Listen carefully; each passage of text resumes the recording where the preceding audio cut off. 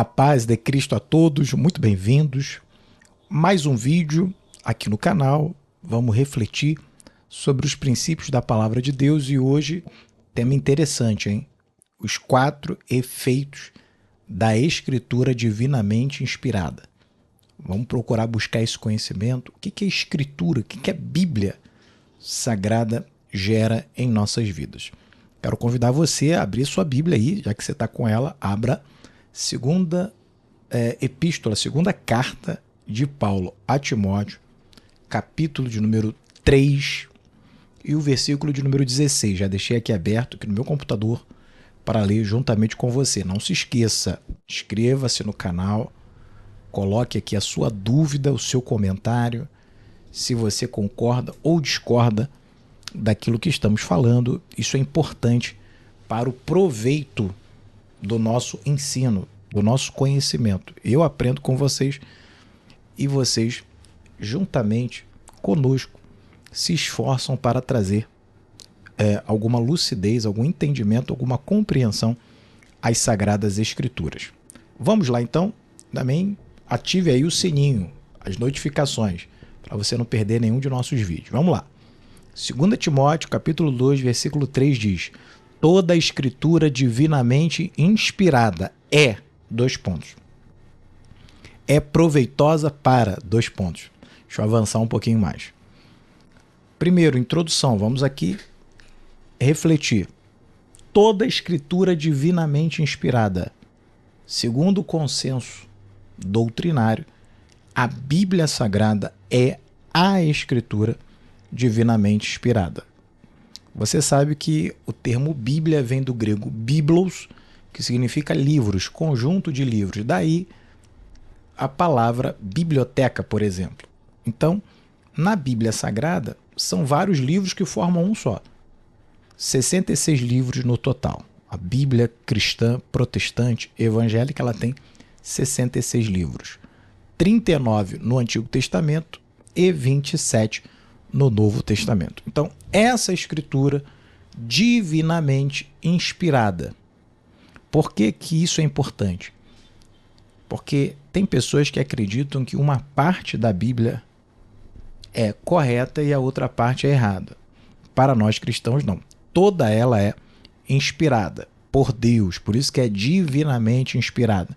E uma vez que ela foi inspirada por Deus, o que é inspiração? Significa que os escritores, nós temos aí mais do que 40 escritores, não se sabe ao todo quantos escritores tem a Bíblia, porque alguns livros não têm sua autoria definida. Por exemplo, o livro de Hebreus. Alguns acreditam que foi o apóstolo Paulo, outros acreditam que foi um outro discípulo, enfim, tem uma série de indicações de autores para o livro de Hebreus. No Antigo Testamento a mesma coisa. Tem livros que tiveram mais do que um autor. Então, por exemplo, Salmos. Salmos tem vários escritores. Salmos, inclusive, são cânticos, né? São hinos. Mas, enfim, retornando, a inspiração é o sentido de quê? De que aquele autor, Paulo aqui, por exemplo, na segunda carta que ele escreveu a Timóteo, então 2 Timóteo, que nós estamos lendo, nós compreendemos que Paulo colocou ali o seu pensamento, colocou ali a sua visão de mundo, porém inspirado por Deus. Essa é a compreensão que nós fazemos aqui do texto. Então Paulo, ele usou ali a sua forma de falar, usou ali o seu conhecimento, mas sendo inspirado por Deus. Ou seja, Deus usou Paulo, usou o conhecimento, o conteúdo que Paulo tinha e trouxe uma inspiração divina. Então, por isso que até o que eles falam, mesmo sem saber, tinha uma profundidade muito maior da percepção deles, porque era uma inspiração divina. Eles foram um canal, eles foram um instrumento para escrever a Sagrada Escritura. E essa Sagrada Escritura, que é interessante, é que Paulo está dizendo que ela é proveitosa, ou seja, ela tem um proveito. Esse sentido aqui também é muito importante nessa introdução que nós estamos fazendo. Significa dizer que a Bíblia Sagrada, ela não é um livro qualquer. Ela é um livro dinâmico, é um livro que gera efeitos na sua vida. Diferente de qualquer outra leitura E ainda que hajam muitas leituras boas e que geram também efeitos positivos, nenhum livro, nenhuma escrita é similar, chega próximo dos efeitos que a Bíblia traz para o ser humano. Eu sempre costumo colocar aqui todos os nossos princípios olhando o ser humano de uma maneira íntegra, integral, de uma maneira plena, olhando corpo, alma e espírito. Eu gosto sempre de trabalhar isso com vocês. Nenhum escrito, ainda que nós tenhamos grandes livros aí, inclusive de autores cristãos, nós temos livros que interpretam a Bíblia, que facilitam a compreensão. Porque o que é um livro sobre a Bíblia? É o que nós estamos fazendo aqui nesse vídeo. São escritores que pegam ali o livro, pegam um tema doutrinário e facilitam para você a compreensão que ele teve, que é o que nós estamos fazendo aqui. É como se fosse guardada as devidas proporções, como se fosse mais ou menos isso. A rede social hoje, ela facilita o que o livro também faz com o amadurecimento do ser humano, que é o quê? A transmissão de conhecimento. Nada mais é do que isso. Mas essa transmissão de conhecimento substitui ou equipara o efeito da Bíblia? Não. Então a Bíblia ela é um livro dinâmico, ela gera efeitos. Essa é a essência da palavra de Deus. Ela te transforma, ela te muda, ela, enfim, faz uma série de coisas. Hoje eu quero trabalhar com os 4 efeitos que Paulo cita aqui nesse texto. Então vamos começar. Primeiro, ela é proveitosa para ensinar. Ponto 1. Ensina. Então a Bíblia, num primeiro momento, quando você começa a ler a palavra de Deus, ela vai te ensinar, ela vai mostrar o caminho. Ela será um guia para você. Esse é o primeiro passo. Esse é o primeiro efeito que a Bíblia gera em nós. Ela nos mostra a realidade, nos mostra o quanto estamos sendo enganados, o quanto somos estúpidos, enfim, o quanto precisamos avançar. O caminho que nós escolhemos talvez não seja tão interessante. Aonde estamos cometendo o erro. Então é como se tirasse uma venda dos nossos olhos. Como se ligasse uma luz. É o que a Bíblia faz num primeiro momento. Então ela ensina, guia. Inclusive o termo pastor significa guia, né? Aquele que mostra o caminho. O pastor não vai fazer nada por você, o líder religioso não vai fazer nada por você além disso. Te guiar, te mostrar o caminho. Quem tem que percorrer esse caminho é você. Então a Bíblia é o instrumento, é a Sagrada Escritura que Deus deixou para nos guiar juntamente com homens e mulheres de Deus que nos ensinam. Agora, às vezes, por conta do ensino, a gente ouve, mas não pratica. Então você pode perguntar a muita gente se conhece, se já ouviu falar sobre Deus. Todo mundo vai dizer que eu sei Deus, Jesus, mas é praticante? Então não adianta nada a gente só ouvir falar, só ser ensinado se nós não colocamos em prática. Já viu aquele filho que a mãe educa, mas ele não obedece? É o filho desobediente. Então às vezes culpa-se a mãe?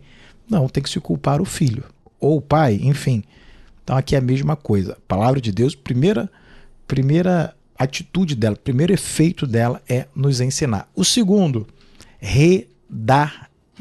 Então palavra é um pouco diferente, mas redarguir nada mais é, simplificando, do que criticar. Então o segundo momento, Deus ele é mais incisivo, né? A Bíblia ela vai gerando esses efeitos mais profundos ao longo do tempo.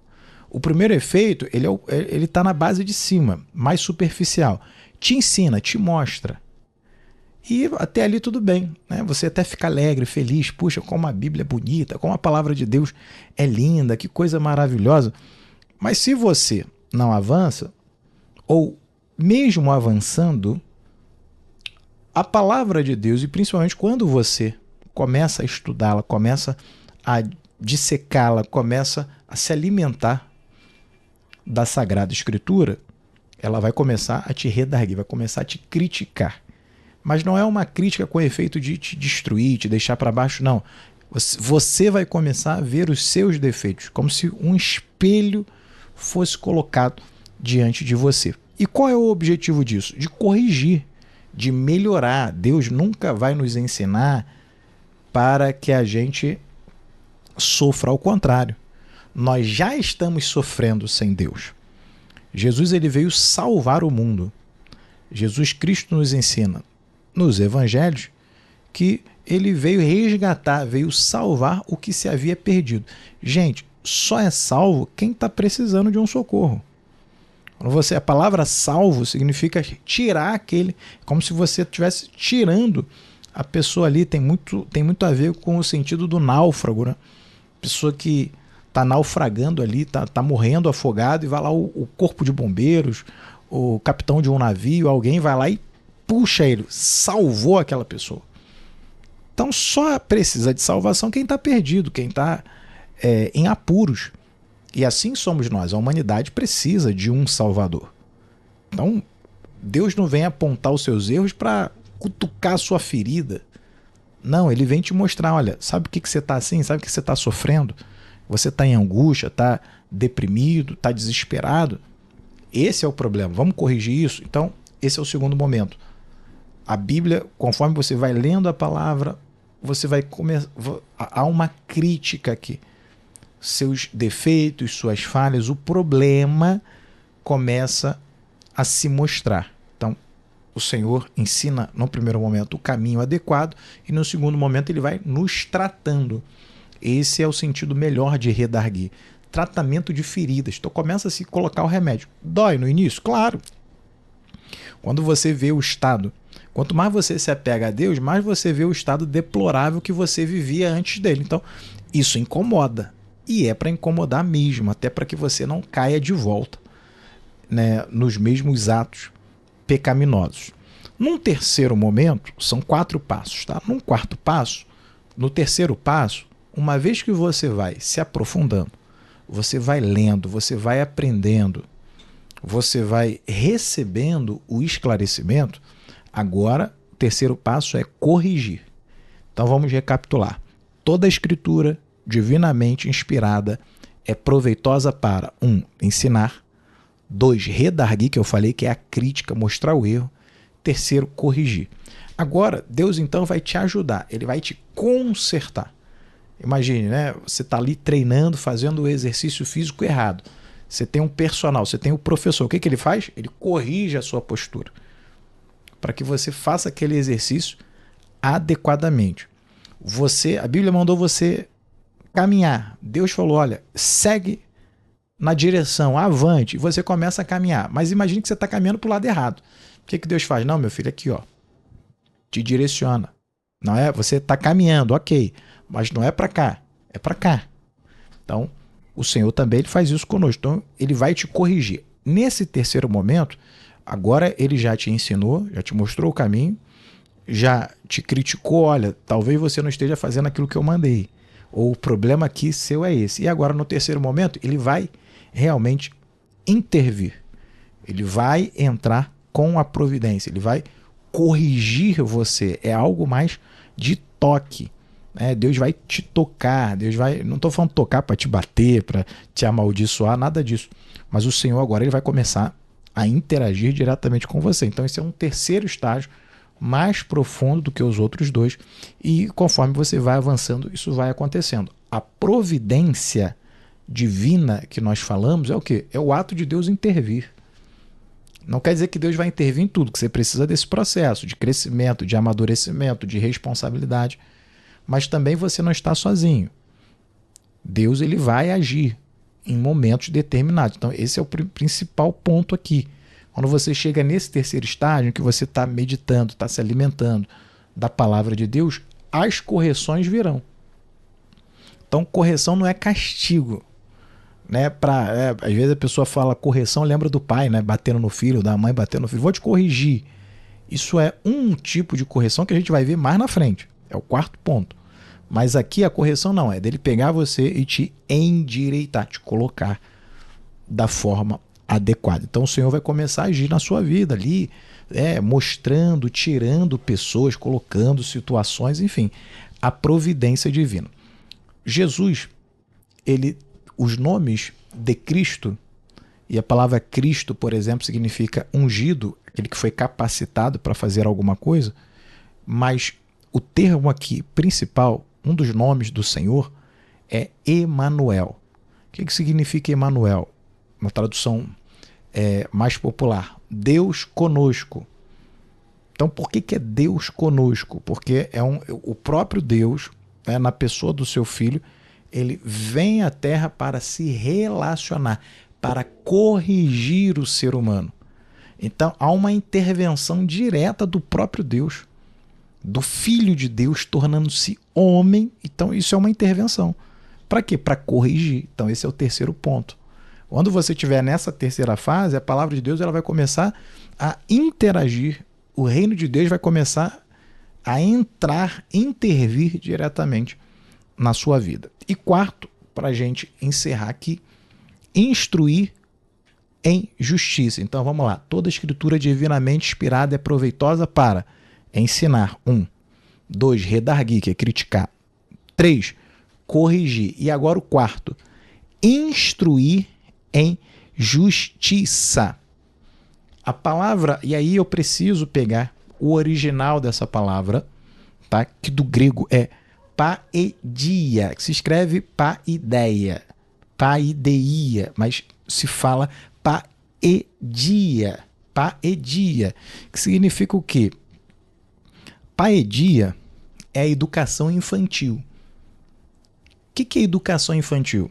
Chega num determinado ponto, por isso que é instruir com justiça, que para a criança aprender, na fase, no processo de aprendizado ou de aprendizagem da criança, ela precisa, mesmo que num ambiente controlado, ela precisa começar a ter o senso de responsabilidade. Como?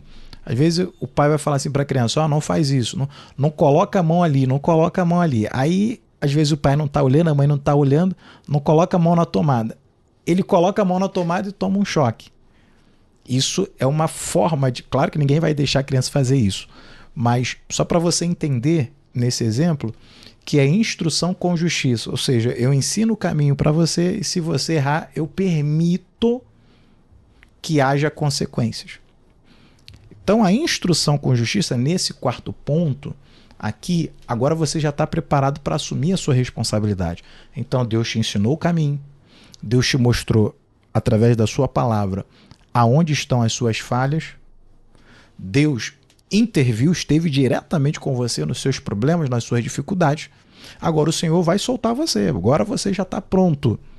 E as provações, as dificuldades, as derrotas que os seus erros trarão também servirão para você aprender. Não é que Deus vai, olha, batam nele, ataquem ele, massacrem ele, não. Mas Deus agora vai permitir que você tenha liberdade. Deus não vai ficar te controlando como um boneco. Deus vai permitir que você ande com liberdade. Quando você errar, o Senhor vai te ajudar, vai estender de misericórdia, mas aquele erro, ele também vai servir de aprendizado. Então, paedia é essa última forma. Então, a última forma. Então, a palavra de Deus, ela também nos ensina, permitindo que a gente sinta o peso das nossas falhas. Chama-se responsabilidade. Então, a instrução com justiça, Deus vai te ensinar de forma justa. Faça isso, você faz, recompensa positiva. Faça isso, você não faz, não é que Deus vai lá e te massacra, não. Deus fala assim, não fez, olha o que acontece quando você não faz. Por que eu peço para você fazer? Porque quando você não faz, ou você faz... Por que eu digo para você não fazer isso? Porque quando você faz isso, acontece isso aqui, ó. Olha aí as consequências. Suporte as consequências. Essa é o termo paedia. O suporte é receber a justa retribuição, que é o verdadeiro sentido de justiça, de equidade que a palavra de Deus nos ensina. Então Deus vai sempre estender a misericórdia para nos salvar, mas ele vai mostrar o erro e vai permitir que nós cumpramos com aquilo que fazemos. Então a nossa responsabilidade sempre estará diante de nós e a gente acaba aprendendo, né? Principalmente o teimoso precisa às vezes passar por certas dificuldades. São os 4 passos, os 4 efeitos da palavra de Deus. Então, toda a escritura divinamente inspirada, que é a palavra de Deus, gera esses 4 efeitos na sua vida. Não se esqueça, se você chegou até o final, faça aqui seu comentário. Alguma coisa que eu falei que faltou, coloque aqui para no próximo vídeo a gente melhorar. Continue orando, vamos em frente. Não se esqueça, inscreva-se no canal e que Deus te abençoe sempre.